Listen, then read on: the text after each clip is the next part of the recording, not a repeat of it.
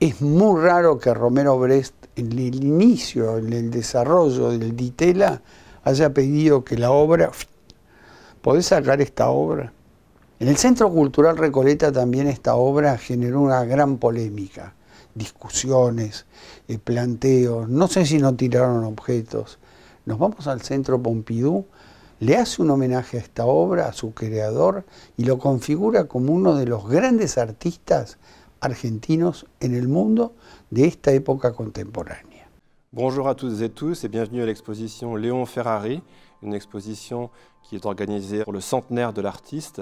Léon Ferrari est un artiste pluridisciplinaire, un artiste dont le travail se distingue par cette non-distinction qu'il opère entre une dimension esthétique extrêmement aboutie et une dimension de critique politique extrêmement virulente et extrêmement engagée. Dans les années 60, en Amérique latine et plus particulièrement en Argentine, les dictatures se succèdent. Pour Ferrari, elles sont le fruit de la collaboration entre les églises catholiques locales et la CIA américaine, l'impérialisme américain, et c'est avec ce grand assemblage ce que Ferrari va vouloir démontrer.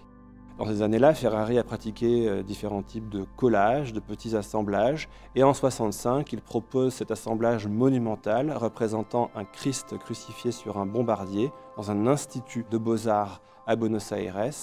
Le commissaire de l'exposition, Romero Brest, va demander à Ferrari de décrocher cette œuvre et Ferrari va être extrêmement marqué par cette demande et cela va donc l'engager à abandonner toute la partie abstraite de son travail au profit d'œuvres éminemment critiques de ce type, collage, assemblage, et ce n'est que dans les années 70, lorsque Ferrari sera en exil à Sao Paulo, qu'il renouera avec sa pratique abstraite.